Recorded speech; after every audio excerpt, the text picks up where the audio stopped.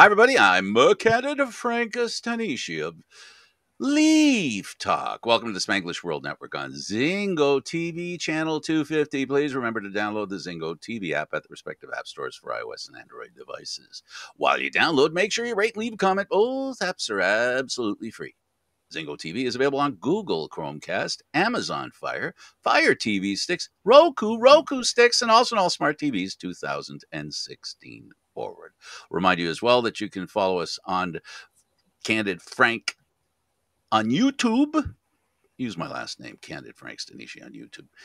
And of course, you'll get to hear Aaron's fine work and all our discussions about the Leafs through the season. You can find out how much we really know about the Toronto Maple Leafs. And that's not sarcasm. That's 100% true, because we know for a fact that other people listen to this show and repeat what we say later to be repeated by us again to remind people that we know exactly what's going on. We're predicting the Leafs are going to win the Stanley Cup, and they're not going to lose a single game in the playoffs. That's my prediction. And we like to try to be as wrong as possible so people can point that out to us every chance we get. Couldn't be any wronger. Right? Okay, I'll base it on hope, and I can hear the prayers. I hear them. Please win the first round. Please win the first round. It's going 16-0 would be awesome. Don't get me wrong. I'd love to see that, but it's unlikely. You know what? I'm second thoughting myself. They should lose one game, just one, just so one team can say we beat the Stanley Cup champs. Never. And you know what'll happen, right? The best defenseman in the playoffs. Guess who it's going to be? I'm going to say Luke Shen. I was going to say Justin Hall. Oh, we'd both be wrong. You can tell I'm in dreamland, right?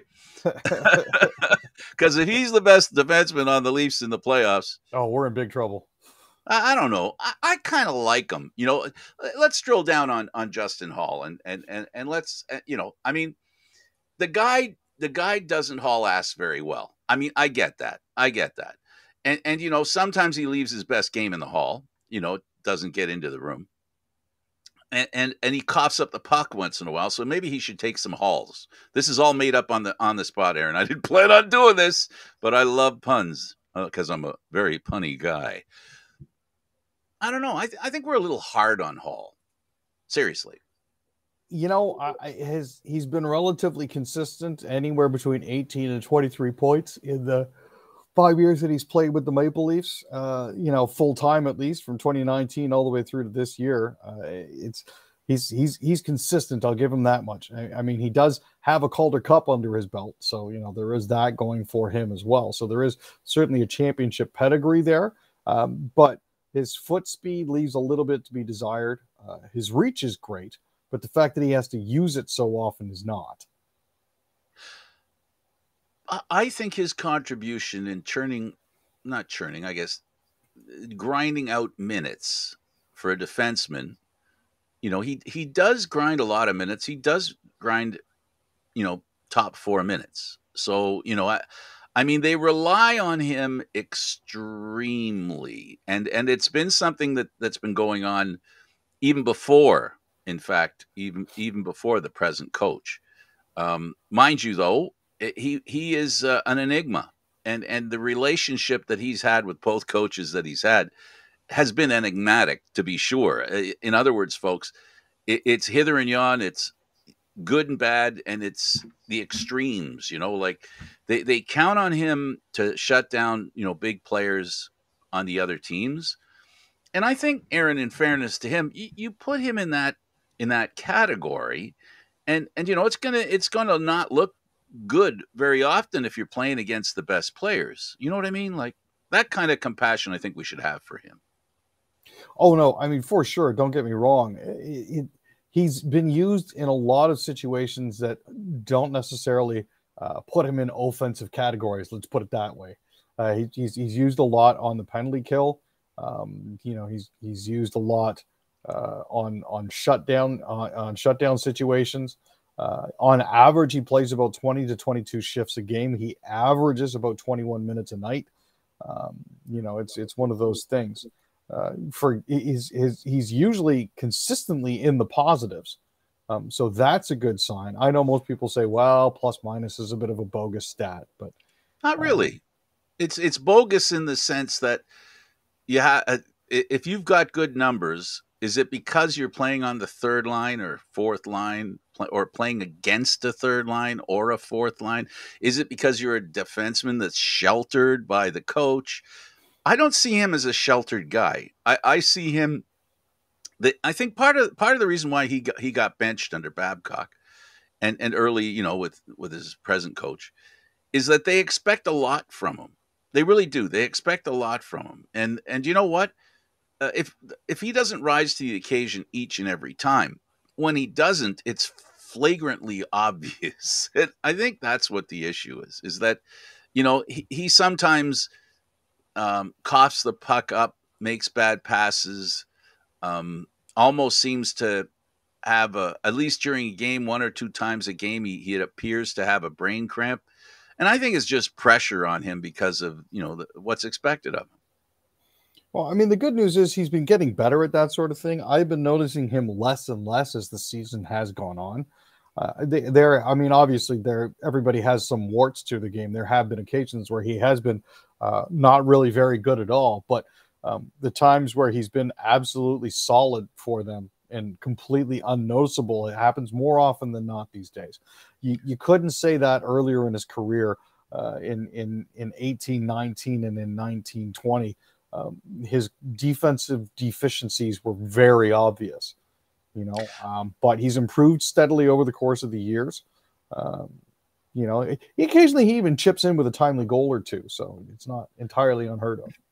And I've noticed recently the last game the Leafs played, they out-hit the opposition. That's unheard of for them. They out-hit them. And I think, you mentioned about Luke Schenn. Well, whether we can debate whether he'll become the best Leaf defenseman, but what we can't debate is that he helps the other defensemen not feel the need to be as physical, because he's there. But on the other hand, you look at Justin Hall since he's been here. Justin Hall's played a little more, he's doled out some hits too.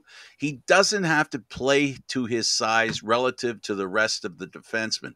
With Luke Richardson in the mix, now you got a big guy, and it's one less small defenseman that the Leafs have in the back end. And I think it's part of the reason why they're having some success. I do also believe it's one of the reasons why they have a lot of shots on goal.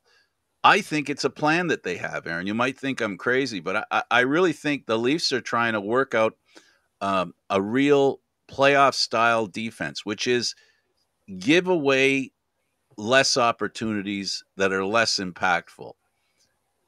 Keep the game on the outside. And if you keep the game on the outside, there's going to be a lot more shots from the opposition, a lot, less dangerous shots. And I think that's the way they have to play. And if you notice also, the other thing they do is the other reason they force teams to take a lot of shots that are low percentage is because they're blocking more shots. So teams have to figure out a way to shoot. So it's easy to get a puck on goal. The question is, can you make it a shot that may go in? And I think the Leafs, that's part of the plan the Leafs are doing, blocking shots and keeping teams to the outside, kind of like defensive hockey, I think. Well, and in the past couple of games that they played, not the most recent game, not the season finale against the New York Rangers, but in the games prior to that, looking at the team statistics that are available out there, the New York Rangers game, the shots were 24-21. That was a very close shot game.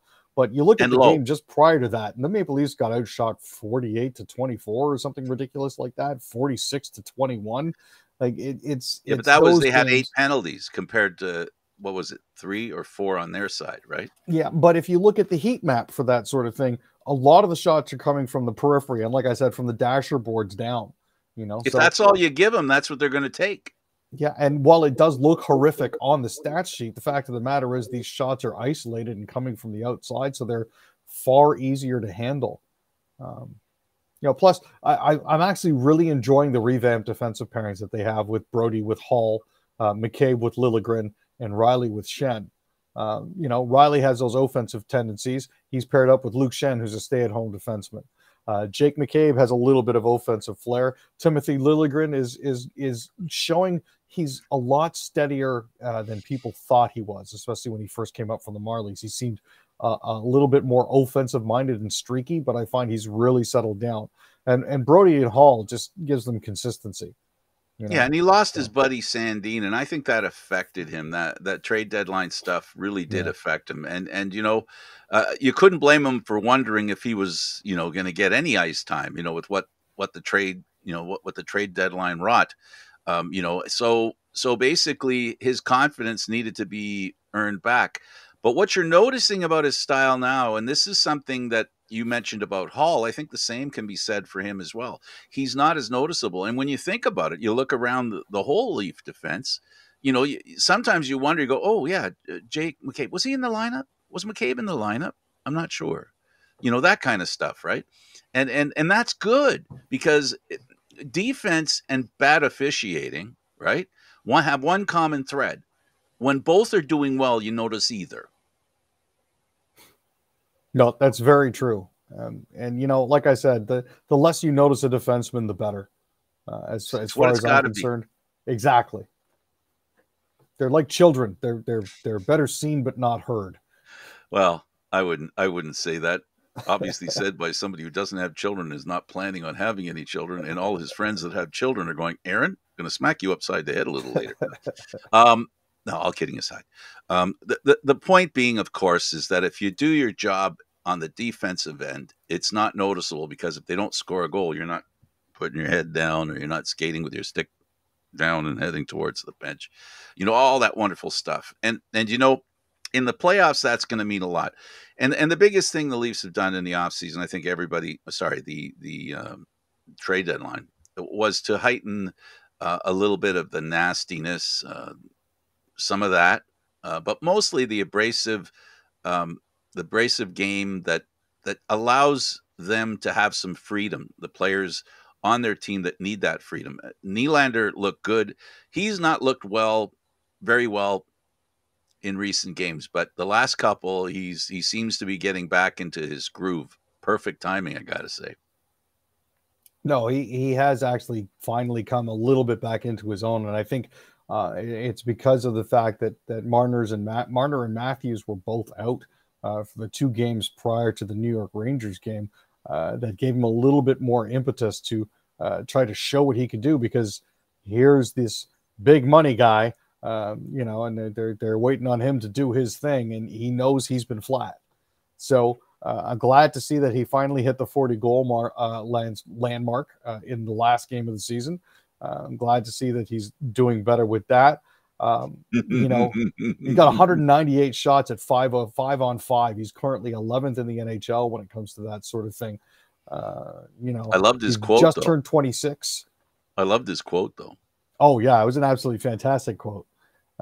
You know, I mean, he was asked, you know, are you proud of the numbers that you've put up and everything like that, and you know, are you going to be celebrating your landmarks? And he's like, well, I'll be proud when we win, which I think pretty much sums up a lot of hockey players' attitudes these days, especially with this particular core. There's less of a focus on me and, hey, look at my numbers and how well I'm doing, and more of a focus on, well, how's the team doing? I don't even think Mitch Marner was overly upset about not getting to 100 points this season. He finished the season, I think, with 99, stuck right on the cusp. But the fact that his team won, even though he had 4 cracks at an empty net that somehow miraculously got knocked down the other night, I think he's okay with that, you know. And I doesn't matter whether he is or he isn't, Aaron. All that matters is that he's looking forward to the playoffs, and everything that happened before that is irrelevant. And the quote that William Nylander said was, "I can't. What is it? I'll be proud when we Candid, Franken win." That's the one. Something like that. He said. Achari scored the late winner in New York. New York is a team that's thought of very highly in the playoffs, so a good confidence-building, unity-creating game to win for the Toronto Maple Leafs. Their new players are making an impact. Every one of them are making an impact. I understand that O'Reilly hasn't had enough time to really show what he can do. but he's proven that he can play up and down the lineup, and that's something in the playoffs is very handy. Oh, for sure. I mean, that accidental shot up near his head that he stopped with his hand that put him out for 8 weeks was definitely not something that you wanted coming off the trade deadline. But he's recovered well. He looks to be back up to speed, and it doesn't look like that finger affected his hand-eye at all. He pulled off a couple dynamite plays behind the net against New York in the second period. So it's well taped. It's well taped, but yeah. Hey, that's all we can ask for, right? Okay, let's move on and let's talk about the NHL. And I guess the most important thing that the NHL could announce, other than when the Leaf Parade will be, would be when the playoffs will start. And they've announced the first 4 nights of the playoffs. Yep. So obviously we're looking at Boston versus Florida. Florida is the second wild card seed. Florida is Boston's reward for, setting the new port record for points in games won in a single season. Congratulations to them on that. That's going to be on April 17th, which is when the playoffs are supposed to begin. So that's good for them. Obviously, as the first place team, they get first crack at it. So game 1 is at Boston on Monday, April 17th, and game 2 will be Wednesday, April 19th. Following that up in the Atlantic with hang on. Let's talk about that series. Let's sure. talk a little bit about that. So let's go one series at a time. What I'm going to predict is that Boston's going to have their hands full with Florida. There's going to be a lot of fighting.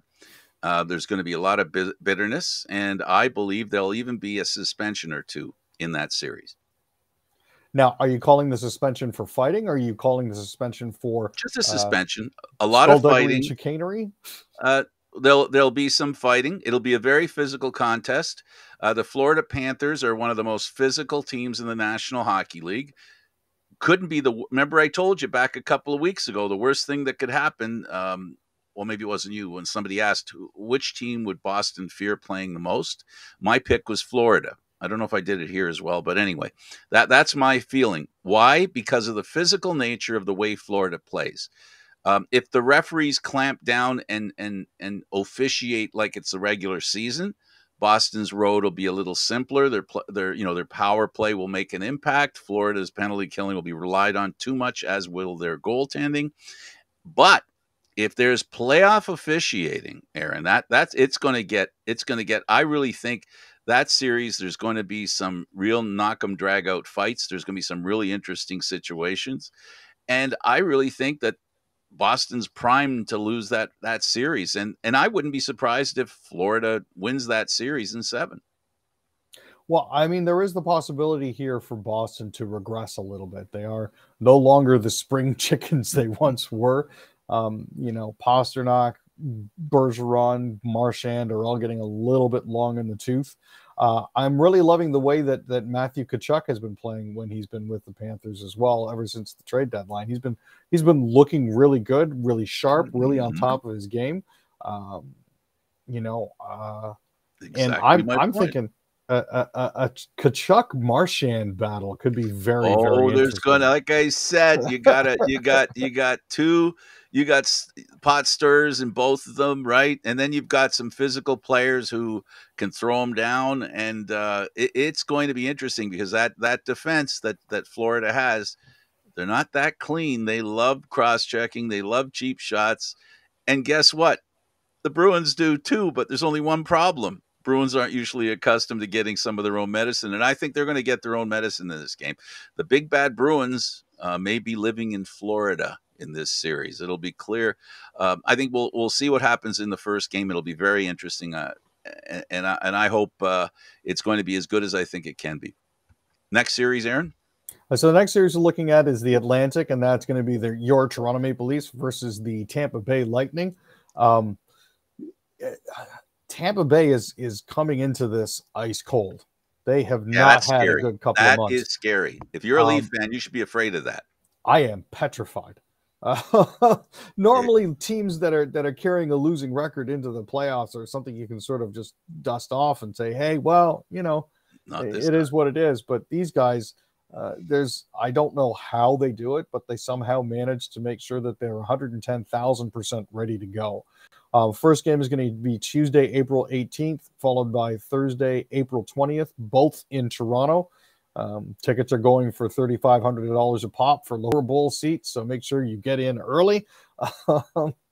But you're looking at Stamkos, Kucherov, Sergachev, Vasilevsky, all Corey Perry, yeesh, going up Maroon, going up against the Leafs' big four, and there was a great tussle between Luke Shen and Pat Maroon.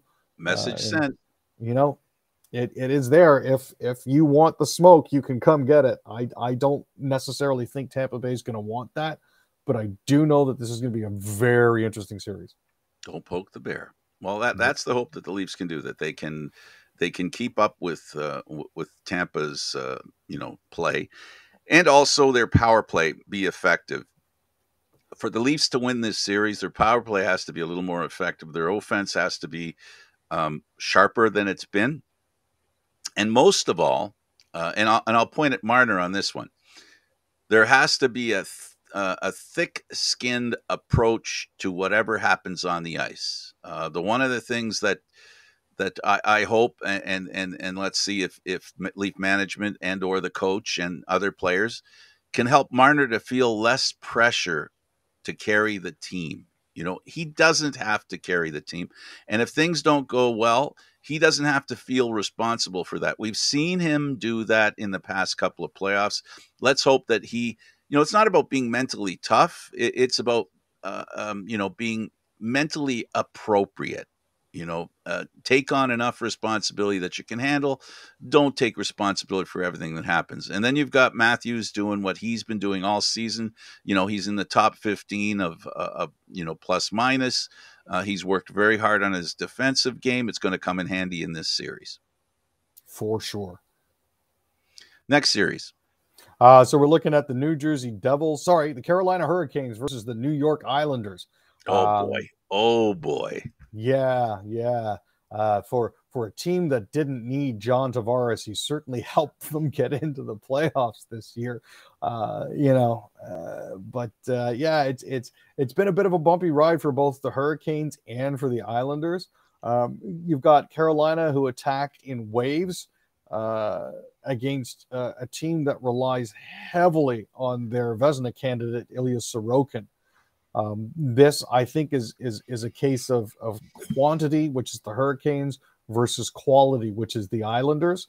These two are going to meet head on, and to me, I'm angling for the Hurricanes to take this one. It would be nice if the New York Islanders could engineer a bit of an upset for this one, but I just can't see it. The way that Carolina comes at you in waves is definitely something that I'm not 100% sure Sorokin's going to be able to handle, at least not by himself. I can't disagree with you.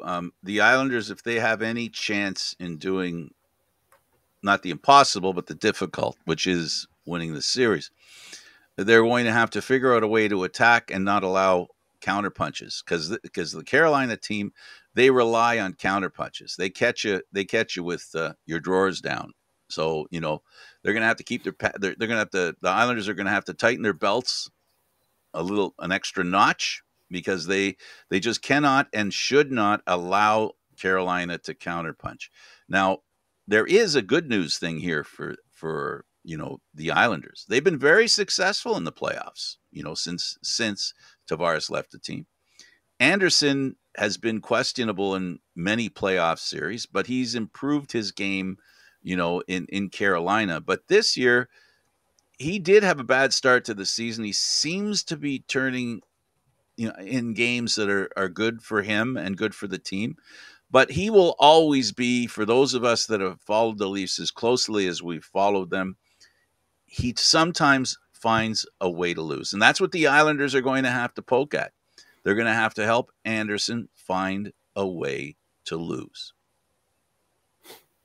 And, this is something that they've done before, so it is entirely possible that it's no surprise. Yep. Next series. Next series, we're looking at a cross city series here. We're looking at Devils and Rangers, so that's going to be fun. Yee. Yeah, from a team that had an absolutely god awful start with Fire Lindy Chance to almost winning their division. The Devils missed the playoffs for 4 straight seasons and only managed 1 postseason appearance in 10 years. They almost won their division this time. And then the Rangers are, loading up at the trade deadline. They picked up Tarasenko, they picked up Kane, they picked up Panarin, they picked up a whole bunch of guys that makes them look even more spectacular. This is a lot of flash and show on the part of the New York Rangers and a lot of grind and grit on the part of the New Jersey Devils. And don't forget the goaltending in the Rangers. Yep. No, there's going to be a fine duel going here. I haven't heard any guarantees, a la Marc Messier, but this series definitely. Well, he's there; he can make it for them. As far as I'm concerned, the one thing that the New Jersey Devils have this year that they didn't have last year was a full lineup.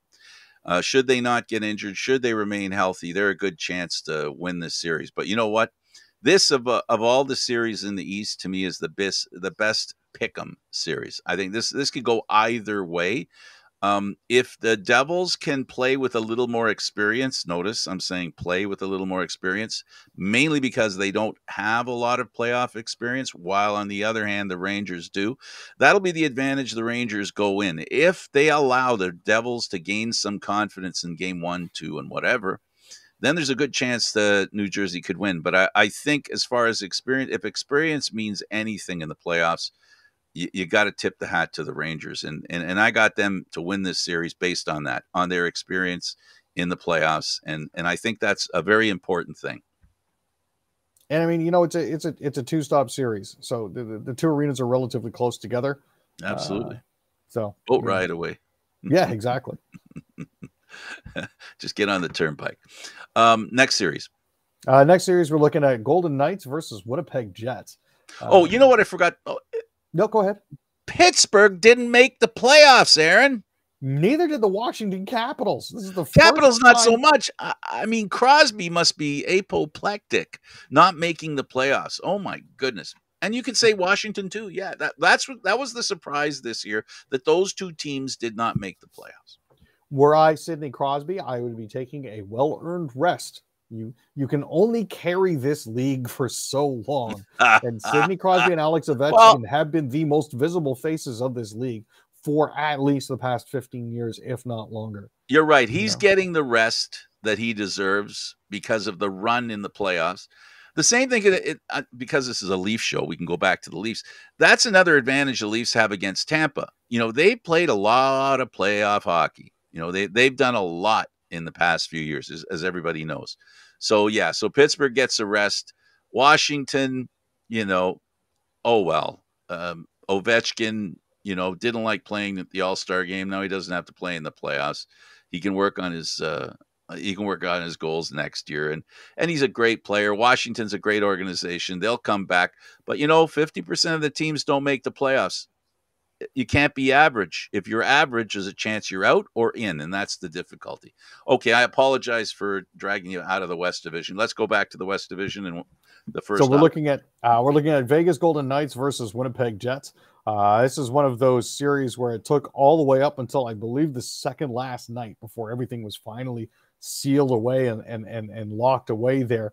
As a reward for winning the Western Conference, they get to play the Winnipeg Jets. On paper, this looks like an easy series for Vegas, especially with Mark Stone likely back in the lineup for game 1. But the Jets have a bit of an X factor on their side, and that is a gentleman by the name of Connor Hellebuck, who doesn't matter what game, he's always going to be able to give them a chance to win. Now, Vegas did win the season series here during the regular season, but again, that's regular season, not the playoffs, and everything gets cranked up just that little bit more. Yeah, absolutely. I got Winnipeg here. They're carrying the Canadian flag for us, so I'm all in with the Winnipeg Jets and Winnipeg Jets fans. Let's go Canada, and let's get this team into the next round, because then, Calgary didn't make it, so It would be nice to see a playoff series. It'd be great if it ended up the Western Conference Final. I don't even know if it can be. I didn't look. I don't know if it even can be possible. They'll have to meet Edmonton. But next series, go So next Winnipeg. series after that, we're looking at after Vegas and Winnipeg Jets. You're looking at the Edmonton Oilers versus the Los Angeles Kings. That is going to be an interesting series as well. Up until the tail end of the season, Edmonton, LA, and Vegas were swapping back and forth between all of the different between first and second, essentially. And you've got two of the greatest cheat codes in the world going up against the Los Angeles Kings. So you know we'll have to see how all of that is going to play out. That's basically the docket for the first 4 nights of the Stanley Cup playoffs. You'll have the rest of the series kicking in after that. Looking at Dallas. Hang on with the Edmonton Oil Kings series. That's what I'm calling it. That's the Edmonton junior team. I of course, you know who I'm rooting for. I'm rooting for Edmonton. What do they have to do to beat the LA Kings?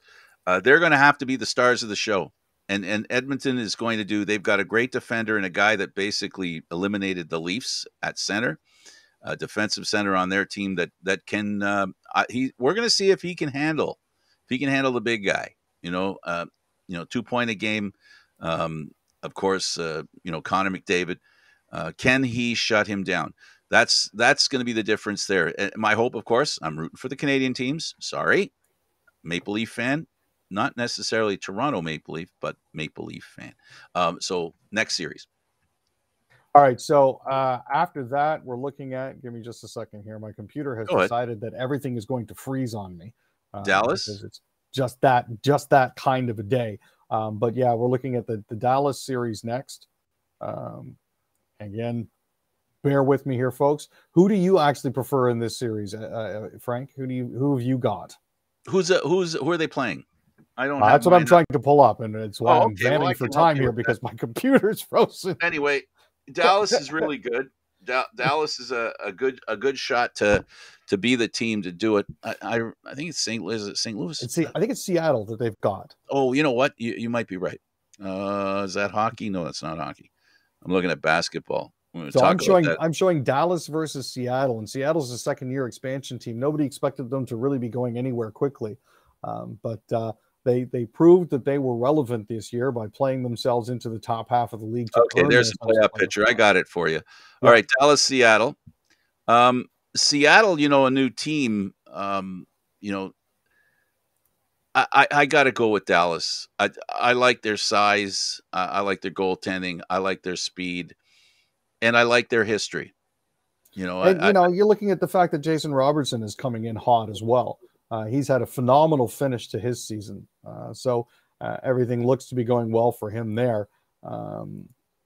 We'll have to see if that carries over into the playoffs. And there's no reason to doubt that it won't. So we'll see what happens there. But yeah, my money for the time being is going to be on Dallas. And then we've got Colorado and the Minnesota Wild. I got to go with Colorado on that. I really think that Cale Makar, who hasn't had a stupendous year, experience again. I always give the playoffs when it comes to teams. It's playoff experience that matters. Now, I will give you that, but I'm also looking at who the Minnesota Wild have playing in net for them. There's certainly an amount of pedigree there, and this might actually be his last kick at the can. So I'm thinking Fleury might actually have a half decent series here. It's been a toss up for me. I mean, Colorado did have their struggles at the beginning of the season. It was doubtful at certain points if they were actually of the same caliber that they were when they won the cup. So absolutely, I'm going to throw my money on Minnesota for this one, just because I'd like a little chaos every once in a while. So Jonathan Toews of the Chicago Blackhawks. Yeah, it's about time. They finally said, we know you've been dealing with long COVID. We know that you've been dealing with an immune response disorder that you've had as well that kept him sidelined for a lot of the last season. Kyle Davidson said we've had talks with Jonathan, and we have come to the difficult decision that we're not going to be re-signing him in the off season. So, you know, it was his last game there. He did manage to pot a goal, so there's that. Now, speaking of notable players retiring and leaving, last night against the Ottawa Senators was also Anderson's last game with the Buffalo Sabres. And an interesting twist, playing his old team, the Ottawa Senators, and it was a 4-3 win in overtime for Buffalo. So glad to see that happen. Congratulations to him on a good career, a good run with Ottawa, and a decent run with Buffalo. So when you lose the don't make the playoffs, there's always somebody that has to pay for it. And when you don't make the playoffs, either the coach goes, or in this case, in Pittsburgh, the GM and the president are canned. So Burke and Hextall are gone from Pittsburgh. That experiment only lasted 1 year. Yeah, I was intrigued by the fact that Hextall was made the general manager in the first place, mainly because he comes from their in-state rivals, the Philadelphia Flyers. You can't help but wonder at a certain level if the fix was in on Hextall's part. I think a job is a job, Aaron. Really questionable moves that they made this year, though. I think loyalty ends at the pay window. That's fair. Mike Sullivan, we're not 100% sure about his future there, but we know that Brian Burke is out, Ron Hextall is out, as well as assistant general manager Chris Pryor. They were all let go earlier this morning. Pittsburgh will be sniffing around Kyle Dubas. Well, if the Leafs don't do the smart thing and lock Dubas up long term, yeah, they most assuredly will. They'll be taking a flyer on Dubas. For sure. For sure. And we agree on that. There'll be a lot of teams that'll go with Dubas, and any team, when you look at it from that perspective. Unfortunately, you know, here in Toronto, it's about winning that first series. That's basically that's his chink in his armor. That's just the way it is. Let's talk about the Bruins, who closed out their season, obviously a record season for wins, and they piled on against the team that held all the other records, that one of which was broken. Yeah, David Pastrnak was the guy that got the game-winning goal about midway through the third period. They closed out their regular season with a 5-4 comeback win over the Habs on Thursday. Orlov had a goal and an assist. Trent Frederick, Jake DeBrusk, and Charlie Coyle also scored for the Bruins, who ended up 65-12-5, passing the previous most wins in a season record holder themselves. 65 wins and 135 points in the season is pretty awesome. Well, let's not forget that there weren't ties, and this is the new era record. You had to win or lose now. There weren't any ties to take away from winning, but that's beside the point. Also, we look at the Jets, who were beaten by the Avs. The Avs back still in control of their division. Yeah, and this is just at the tail end of the season with just 1 or 2 games left each. The Avs are currently in control with that 4-2 win.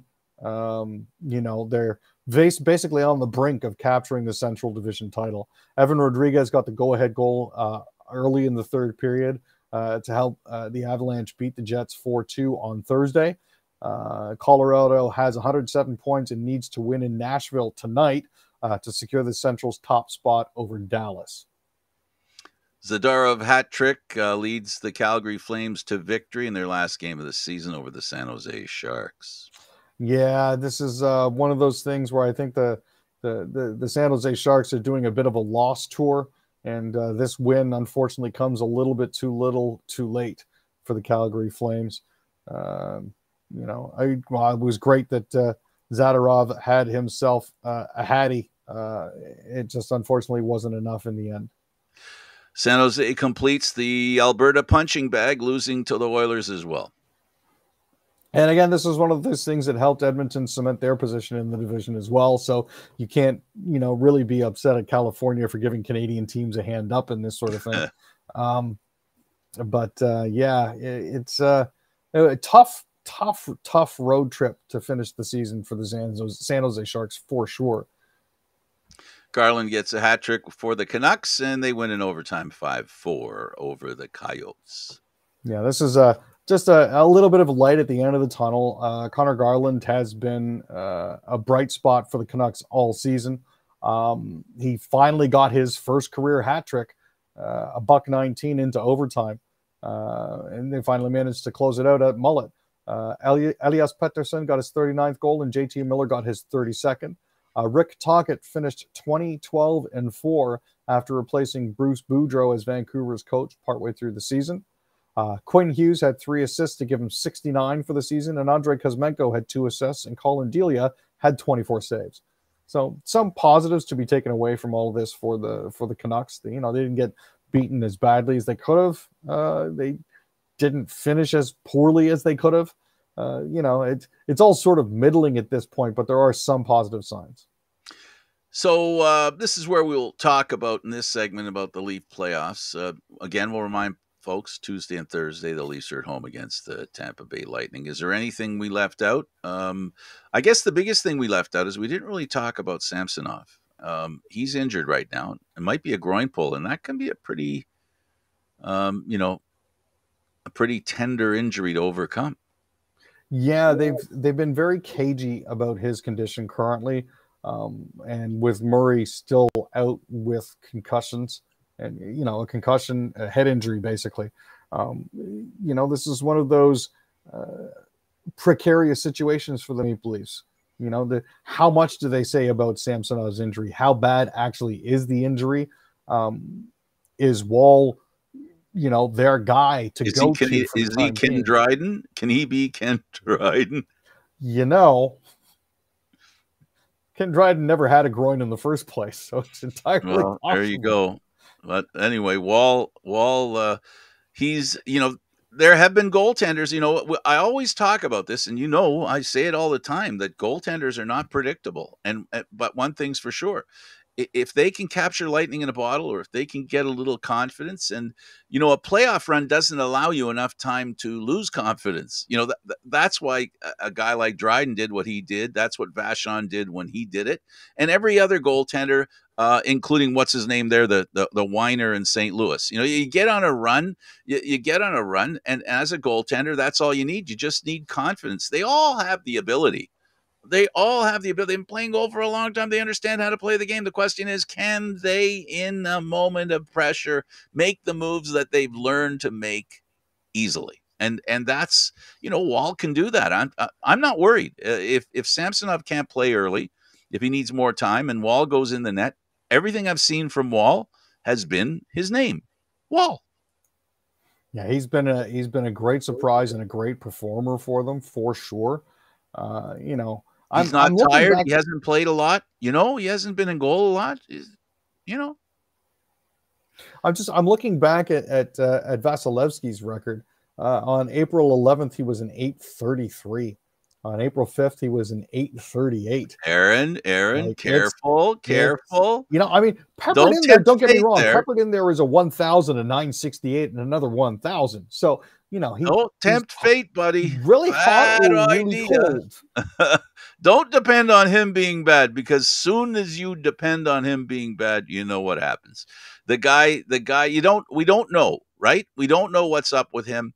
The whole thing is that if the Leafs have decent goaltending, decent, and by decent, I mean playoff goaltending, they have the offense that can score enough goals, but so does Tampa. So, it's all about the Leafs persisting on winning the game. Their persistence, not only at the faceoff dot, not only in the power play, not only in penalty killing, but also I really think the physical aspect of the game, it really is going to come down to that, because it has to happen. The Leafs have to show that they will not be intimidated. There won't be any ragamuffin Austin Matthews stuff going on. It won't happen this time. It's happened before. That kind of stuff can't happen. It erodes not your confidence as much as it exhilarates the opposition's. And it's everything that they do. Like I said about earlier in the earlier segment about Marner, he can't feel so burdened. He's got to forget about what happened the shift before and play the next shift like we know he can. and he can play. And if he can score in bunches, by that I mean assists and goals, this team will be fine, because he could lead this team in scoring in the playoffs, and he could end up, with the Conn Smythe Trophy. That's the kind of talent that kid has. Now, looking at some of the other interesting things going on here, as it currently stands for the Tampa Bay Lightning, they have one player being listed on injured reserve, and that's Tanner Jeannot. He's basically been out of action since they got him at the trade deadline for that massive parcel of goods. On the flip side, you look at the Toronto Maple Leafs, and Matt Murray is on injured reserve, and Sam Lafferty, Eric Gustafsson, and John Tavares are all listed as day-to-day or out. Wow. Lafferty tweaked something a week ago during practice. John Tavares, I'm thinking, is more being listed as day-to-day as sort of a precautionary measure and more for maintenance. But it's been one of those things where you look at the Leaf side, and there's a massive list of everybody who's out or injured or day-to-day, and then you look at Tampa Bay, and they have one person on their injured reserve list, and you can't figure out why they haven't been doing as well over the course of the past couple of weeks leading up to the playoffs. Just got a call from some Leaf fans. They're what? Oh, they're asking you to stop talking about that negative stuff about Toronto.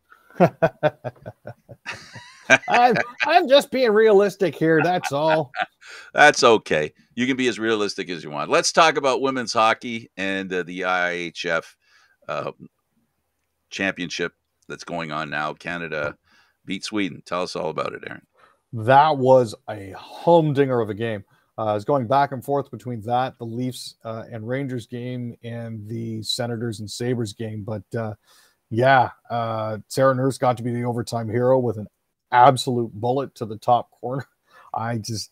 It was fantastic. We're now through into the semis. Unfortunately, I didn't have an opportunity to watch the other games this afternoon, so I missed the Finland game. But as it was, she took a cross-ice pass from Sarah Fillier and just put it in from the top of the circle past Emma Soderberg, who made 51 saves. 51 saves, man. Just awesome. Absolutely outstanding performance by the goaltender there. It was just amazing to watch. Let's have a look at the fact that the Toronto FC have tied so many games. Can you imagine? Could have had an extra goal here or there. And Insigne is the guy that they hired to do that kind of stuff. Imagine if he was in the lineup. Well, I mean, there is the possibility that he could be back. He is the highest paid player in MLS. He's missed the last 6 games, however, since the season opening loss that was 3-2 on February 25th at DC United. He has been upgraded to questionable at this point. He was out due to concussion protocols. It's one of those things where it's difficult, Insigne is a center point for this team, a central piece for this team. Whither he goes, so go with Toronto. So I'm hoping he's back sooner rather than later. Absolutely. The City of Toronto MLSC draft deal protecting the company from 2026 World Cup losses. Really? They need protection? They financially on a... There is the thinking that there could potentially be losses for MLSE here. Wow. They've drafted an agreement detailing their proposed partnership surrounding the 2026 FIFA World Cup, which is supposed to shield the company from suffering losses. Because Canada is co-hosting along with Mexico and the United States, the city basically designated MLSE as the companies who will be serving as the project manager for upgrades to BMO Field and to the MLSE training facilities in Toronto's North End, both of which are going to be used for the tournament. There are principles governing future definitive agreements between Toronto and MLSE. These include keeping MLSE whole, in quotes, financially, but without double dipping in respective amounts payable by the city to MLSE for said upgrades. Okay. Enough of that. Okay, just a couple of quick things. We don't have much time, so I'll just throw these out there for the fans. We'll be covering the Jays this year. There's a lot of great things going on there. The stadium looks awesome. And our final comment on the Raptors. I have 3 letters. OMG. Thanks for doing this, Aaron. Thanks, Can't Frank. believe how they lost. Just crazy stuff. That was terrible.